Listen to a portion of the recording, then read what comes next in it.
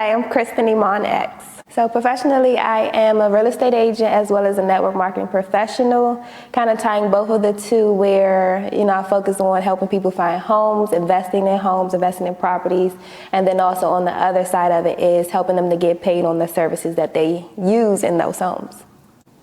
I guess naturally I am excited to teach. So with the network marketing business, it allows me to be able to build a team where I'm teaching others how to build a business, how to, like one of my favorite parts is that it forces you to grow as a person. And I feel like if I can teach someone how to grow, how to teach themselves, then that can, duplicate for them to teach others as well as continue to grow in that aspect of business ownership and opening other businesses. And then for real estate, the pains of seeing the things that my parents went through with their home and how, after years of owning it, they have still yet to gain the rights of ownership for their house. And just wanting to get myself in a position where I learned how to protect them, how to get them in a better space, as well as getting them to a position where they actually own multiple properties. And I felt like, well, why not teach this to other families as well? So you helped your own parents own multiple properties? Not yet. It is still in the process and growing it, yeah. Okay, that's cool. So who taught you? Just getting my license is the basis of it. Then I have family that's in other areas of real estate and just being able to learn from them. I have other ones that are, learning investments and just using the multitude of people around me to kind of learn from them and use that to teach my family, and then also working on implementing it myself so that I can also have multiple properties in DC, especially being a native to DC. It's important that, the natives, those who kind of look like me, are the ones that are owning the city. Like that's my ultimate goal, is to get more of us in ownership positions. So what would you say to those who are afraid to invest? Start small. There's multiple ways of using real estate as an avenue, and part of the reason why I guess I can tackle in with the network marketing is that that's a small investment to own a global business in a sense. Like I have literally the ability to have customers in the United Kingdom, to Canada, to South Korea, and I could build a team that large as well. So just being able to use that platform that doesn't cost a lot to build something massive helps you to build up, money on the side and use that money to then start investing in properties. And I've seen people invest as low as thousands of dollars just to, get into a home, flip it, and then that yields them more money to then do it again. So it's starting off with saving and checking up on their credit score too. That helps you to just at least start the process of thinking about owning and investing in homes. So typically, in the case that you don't have the greatest credit score, that is one of the things to learn about. There's books, free webinars, free apps that you can download that teach you how to bring up the credit score. Plus on that, you reaching out to an agent anyway, reaching out to a real estate agent anyway, because they're more than likely tied to someone who is a credit score expert and can help you in those areas. So don't be afraid to reach out to someone first before you even try to tackle it on your own. Because, as an agent, we want to walk you through every step of the process so you don't have to worry about the burdens of the bigger picture in a sense. So I work with lenders who will literally tell you tips and different tricks that you can use to start, thinking about the process, what to start doing with your monies, so that you are at least in the next couple years can start investing. Like you don't have to necessarily see this and say, okay, let me do this today. Start small, put a couple hundred to the side, start pulling out your credit scores, print out your bank statements, figure out what you're doing with the money so that you can then make a small adjustments. And as those small adjustments happen, like snowball effect, it just keeps rolling and creating bigger and bigger opportunities. I guess the most rewarding part would be the aspect of network marketing, honestly, because I have clients now and just seeing the joys of them like working towards saving, working them towards and seeing milestones of their credits increasing. And it's just being able to see that process on top of that, having the business and being able to then push out their shells to start networking with people, meeting and connecting with more people, growing their business, and just being able to see more people not have to struggle and live check to check is what inspires me to keep communicating with people, to keep building my businesses, and just teach like that. We don't have to work so hard. It literally, like, life could be as easy as we make it, if we make a way and find ways to make it and what we do fun. Because personally, one of the things that I had to do was to leave my job. It took me some time, but I got to a point where it just had to happen. I was feeling drained. I actually got the job for the security, and all the people around me were just pushing that security, you know, like being excited I had a government job, but here I was draining, getting out of bed in the morning. Here I was, you know, starting to come into work late because I wanted to be there as the less I can be there as possible. And it's just, I started to read. I started to kind of pay attention more to what I was being told, the things that were kind of coming around me. Like, I started to run into people who were just like, well, you know, if the job is making you that sick, like, why are you still working? Like, you already have a business, at least the platform of a business. You already have real estate that you can just hop into, figure out how to get out your job and do it. And it just, hearing that over and over from people that I didn't even know, it became solid. And then it also made it harder for me to go to work. Like, it made it harder for me to take orders from somebody who thought they were superior to me. And I just started to study what other wealthy people were doing, and it was the idea that you don't have to work hard. Life is for you to have fun, to enjoy it, and just really live a life where it's leading an example. So I started to get more spiritual in a sense, like starting to listen to what God was telling me and what God was putting around me, so that I could learn and make sure that I was making the right decision before I actually walked away. And I heard it loud and clear. And I just walked away. Like, of course I planned for it. I started because before I actually got to a point where I just was fed up, I was already creating a savings account, where the savings account, it was, as a tidbit, it was what app? Wealthfront. It's an app where you can use it as a savings account. You can take money out if you need to without any penalties.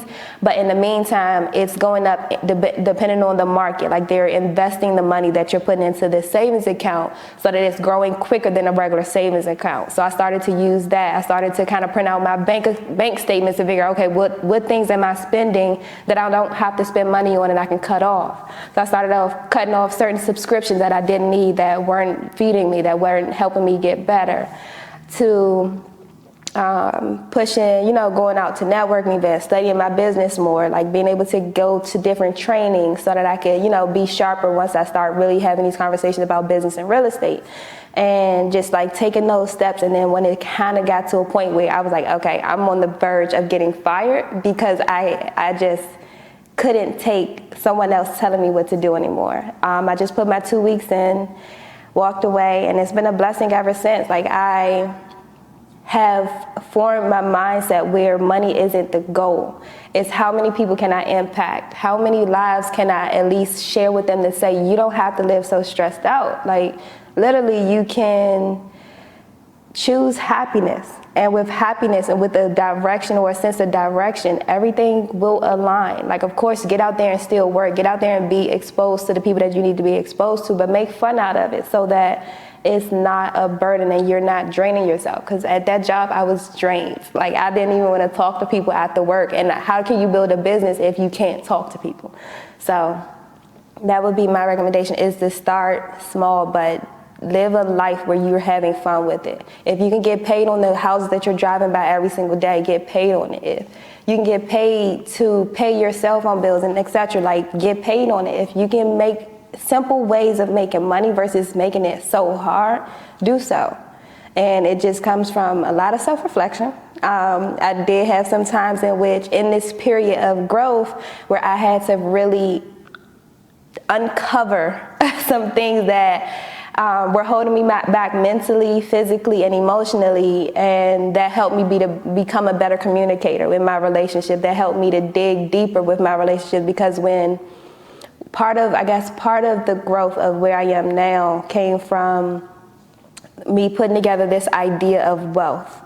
And the reason why I put that together is because I'm like, there has to be a way to easily focus on everything, every area of life that matters. So I started to figure out, well, what words can I shape wealth to kind of encompass all that life is. So I put together the idea of wisdom, ethereal, and atomic location, township, heart, and then ownership on the back end, because I gotta, constantly reminding myself, how can I put myself in a position where everything I do, I'm somehow getting paid on it. So the wisdom piece is always learning. Like, I always have a book or a journal in my bag. I subscribe and pay for YouTube because I'm always listening to different podcasts via YouTube, or downloading different webinars and seminars that are being played on YouTube, because there's so much information there. To ethereal, which is that spirit, like having to know that there's something innate in you that you have to stay in tune with in order for you to really, I guess, find that pathway that's right for you, that's perfectly in line with what you're supposed to be doing here. And atomic is your health. I had to, even though I was trying to cut back on money, I still took the time to pay for a subscription to a gym, because I know if I'm paying for it, I'm going to go to that gym. And one of the things, even though, like, in a sense, not having a job, money is tighter, one of the things that I don't short myself on is healthy options. Like, I still do most of my food is through grocery shopping, making sure that I have herbs, having different teas. I went to a health store, spent over $100 on different pills and things like that. I just knew would help me to make sure I'm living healthily, because if I can do that, there's no limit to to what I can do, because the one body that we have is just this one. Like, we can get as many cars as we want to, but this is the only vessel that we have that we have to take care of. So I don't short myself on a health tip of your anatomy.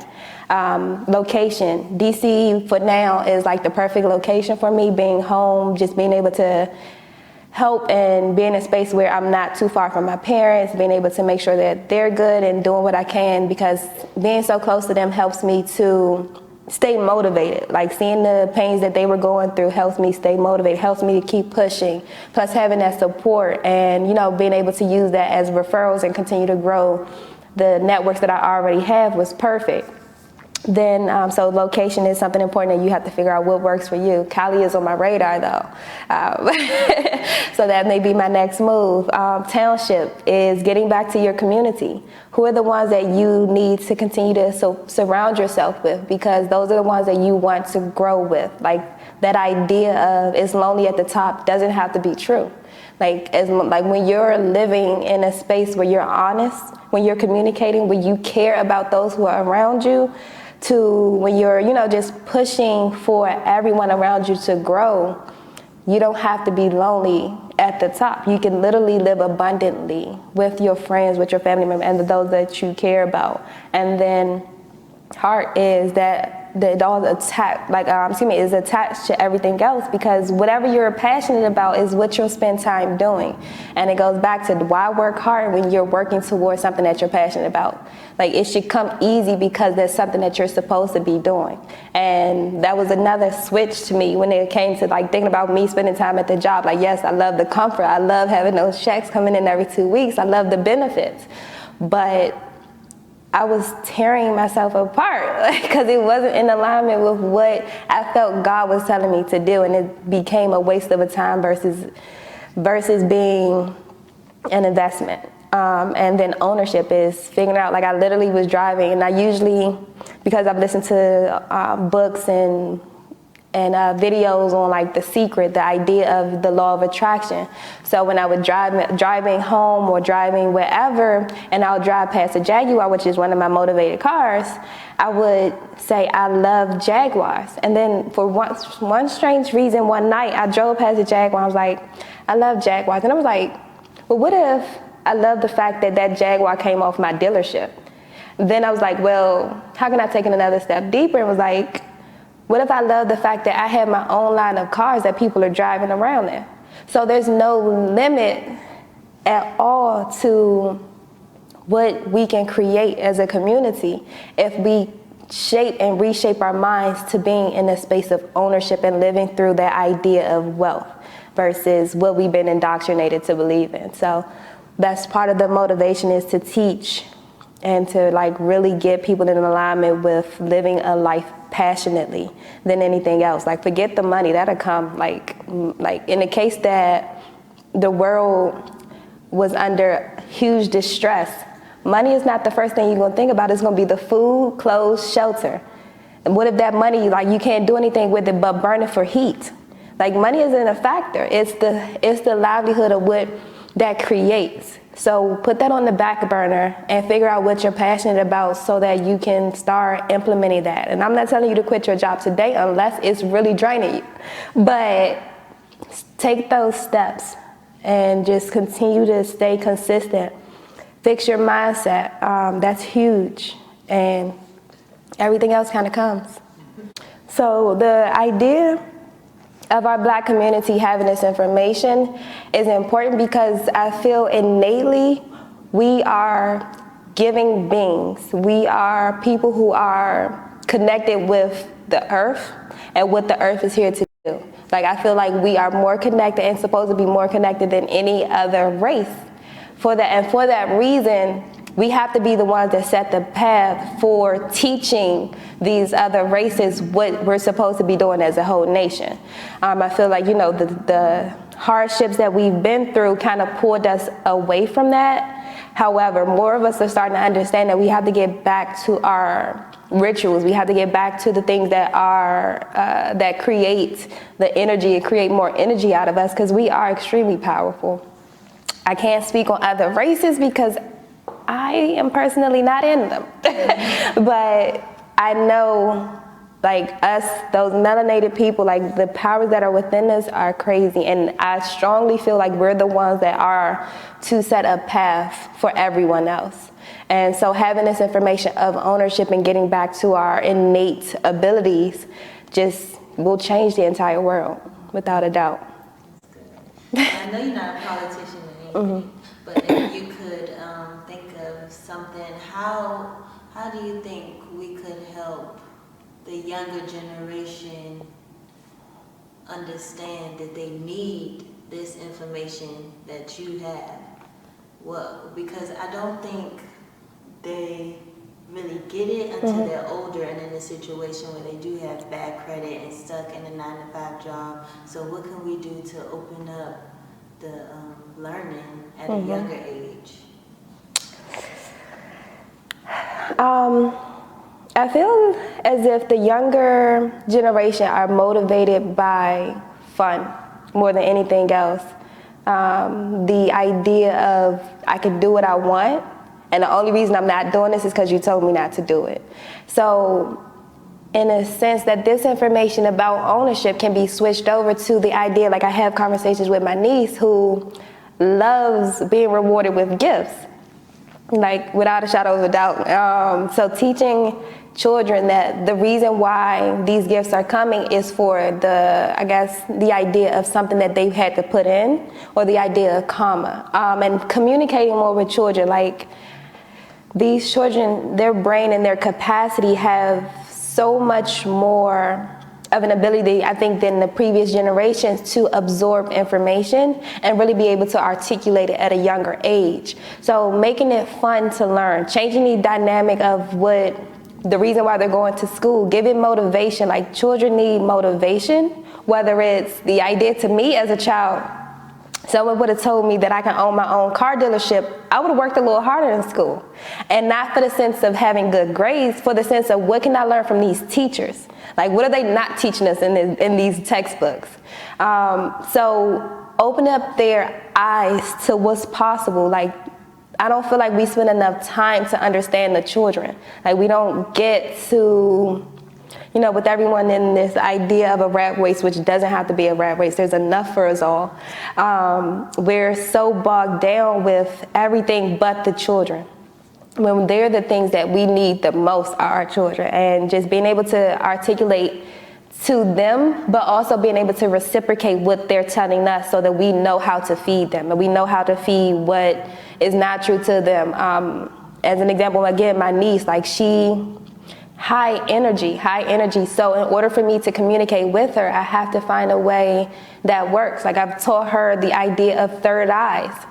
And unfortunately, a lot of people don't already know about it, but it's important to know our spiritual selves because that will help that child through everything. Having the confidence to communicate people and being okay with being different, like being okay with choosing to think differently, being okay with not caring about what everyone else cares about is important to start with the child. And I think that starts at home. Like that starts with you taking time to be okay with communicating and talking to your child and cutting the TV off. Like give back to those times where we actually spend time talking and listening past the statements, because sometimes they don't tell you everything, but you can read between the lines. Like they're going to tell you. You just have to be able to articulate and understand what they're telling you.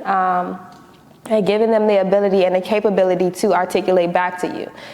And just being important to just manage what these children are exposed to too. And feed that with more positive information. Getting them, monitoring YouTube instead of having them subscribe to SpongeBob, subscribe them to, in a sense, I would say, I don't want to give out names, but like, powerful people who are talking about things. Like for every slime video you watch, you gotta watch this video on how this child built a multi-million-dollar business. For every video on watching the kid play with their dolls, you gotta watch this alphabet video. Like just balancing it out, let the child be a child, but make it fun for them to learn at the same time. Because the education system is outdated completely. So you have to take the time to be at home with your child and teach them still. Well, I don't care how busy you are. Like it's important. That's why we're having this conversation, to give you more time to spend with those who matter and build your community up. That's hard. As a child, how was I? I was in the books in a sense. I think I remember at the age of, I want to say the 6th grade, the idea of education got boring to me. Up until then, I was doing good with school. Learning came easy. But I think at that point, it just became, I just lost motivation as to why I was in school. And the story, I went to Jefferson Junior High School. 2 years, class was easy, but that just literally came easy, and I just did it. And I guess from that point, I just learned how to pass classes because that was the easy part. And then because of my sister, then the merits of my sister, she was at Banneker. I was accepted into Banneker based on what she's done. She actually was the one that studied. She's actually the one that knew the information. I just knew how to take a test and pass. But when I got to Banneker, it was a little different of a story because they actually wanted you to know that information. And I wasn't willing to change my mindset on how I looked at education. So, I started to get complacent in a sense. So I ended up convincing my parents to switch me out of Banneker so I wouldn't get kicked out for academics, and went to McKinley Tech. And at that, I literally figured out again how to just pass the classes. Took that same demeanor on to college and ended up with a degree that should have took 4 years, and it took me 6 years because I had to go through certain things to figure out, okay, well, how do I pass this class? Okay, that didn't work in that math class, and I had to take it over, etc. All of this BS that I was creating because I didn't care about school or wasn't necessarily motivated because it didn't make sense to me. So I had to, during this age of mine, learn the power of actually being motivated by knowledge. And I think I really got demotivated because I knew that the information that they were giving me wasn't helpful. So I do remember in the 6th grade, I was in this aftercare program, and they asked us to create an invention. And the invention that I created was what now is $1 million business. It was a lap desk. I took this tray out of my parents' room because we had moved into my grandparents' house at that time, and they had, the old trays. I took that tray, put some school supplies on it, and was like, this is the desk, like, so you can do your homework while you're in the bed. So that was my invention, and had I known at that age that I could have patented that and made millions of dollars, made it a little more prettier, made millions of dollars off of it, that would have been amazing. So when I was in college at the time, when I saw a commercial for it, I'm like, dang, like I invented that all these years ago. The most aggravating part of what I do now is understanding how different I think than everyone else. And as much heart as I have to want to help so many people, some people still aren't ready to be helped. And I have to be okay with that. Like, I have to be okay with, even though like I'm growing to learn how to communicate with people, there's still people that I'm unable to really get through to. Are still my people, and at some point in time, I guess they'll understand, but we all have our different learning curves, and I have to be okay with being patient with people. Understanding that we've been told so many lies, we've been hindered from so many truths, and we're so blinded by focusing on things that shouldn't even matter to us. That's something that we have to dig into before I can even ask people to move forward. Like literally the idea of self-reflection, like it, and even for myself, like I've always questioned certain things, but I didn't know why. But things have started to show up in my life to say, okay, so I wasn't crazy when I was thinking those thoughts. Like the idea, just as basic as you can't have your cake and eat it too. How stupid. Like that's the stupidest thing I've ever heard of. Why would I not eat my cake? So I've always had those thoughts. Like even like most recently, I was listening to, and rest in peace, Kobe Bryant and Gigi and all of those who, have lost. And when Shaq was just saying, like, with Kobe, like, there's no I in team, but there's an M and an E. I've always said that. Like, how crazy are we to just take on this information and believe it's real? Like, literally, TEAM. Team. There's an M and there's an E. Like sometimes in life you can't play team. Sometimes you have to just take that me and move forward, and the team will follow. So it's just taking those ideas of life, of understanding. Like I have yet to find many people that match me, and that's okay. It's just taking the time to say, okay, but I was in that position before where even though I knew these things and I knew these tidbits about myself, I didn't have the total self. Like I wasn't as honest as I could have been at some points in my life. Like it's just knowing that we all have our journeys that we have to go through, and finding how to meet that person at their journey to help them and guide them to at least some point of their greatest self. Like they don't have to be where I am, but finding a way to get them on a course of being their greatest self and being patient with that, because we all have our journeys that we have to go through, and unfortunately we've suffered so much that we have so much healing before we can move forward. Like, and that's like painful, so painful to see, but keep moving forward. So I'm going to get a little personal. Are you single? No, I am in a relationship. And does that person have similar views and similar aspirations as you, or is it night and day? So the guy that I'm in a relationship with is, in a sense, my opposite. In terms of astrology, we are a match, and I've found that dating a Taurus, I'm a Capricorn, has always been my best match. However, he was born in the hood. I was born in neighborhoods. My parents moved around so much that I didn't have a hood to connect myself to, so my views were different and are different from his. The great thing that I do love about where we meet at is our ambitions. And I've always, like there's this stigma idea of dating someone that already has what you want. Me, because I know how many of our people are suffering, I'd rather find somebody who's somewhere on my level and we grow together and let somebody else bring somebody else up. Like that idea of, why would I chase somebody who already has what they want when I could go through this in the trenches and help bring somebody else out of this trap?